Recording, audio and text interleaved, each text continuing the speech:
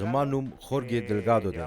زه او زما ملګری ساموئل د 3 کالو راهیسې د مدرید په شمال کې پیزریا لرو. مونږ لومړني کسان یو چې مدرید ته مو د روم پیزا راوړه. دا اصلي پیزا ده. ډوډۍ د نورمال مدریدي پیزا په پرتله نازکه وي.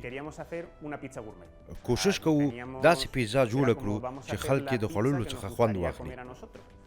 کله چې د کرونا وایرس له کبله قرنطین شروع شو، خلک مجبور وو چې کورونو کې پاتې شي او روغتیایي کارکوونکي د وسایلو د کمښت او بوج سره مخ شول. د مرګ کچه لوړه شوه، نو ما او شریک ساموئل په دې اړه خبرې وکړې چې څنګه په دې حالات کې مرسته وکړو. موږ په دې پریکړه وکړه چې روغتیا پالو ته به په بېلابېلو روغتونونو کې وړیا پیزا ورسوو.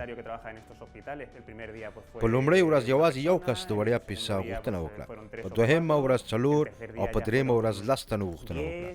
د ټلیفون له لارې به یې زنګ کولو، د واتساپ او انسټاګرام له لارې به یې پیغام واستاوه او موږ به ونیز پلان ورته برابروو. موږ به د ورځې 3-4 روغتونونو ته 15 لویې پیزاوې استولې او د ورځې به مو کله 20 پیزاوې ویشلې. هغوی به بیا کله خپل عکسونه راته استول او مننه به یې کوله چې د هغوی ورځ مو ښکلې کړه. هغوی به همداراز دغه پیزا د خپلو نورو همکارانو سره شریکوله او د خوښۍ یوه شیبه به یې موندله. په دغه سختو حالاتو کې د هغوی د خوښۍ احساس موږ ته زیاته خوشحالي راکوله.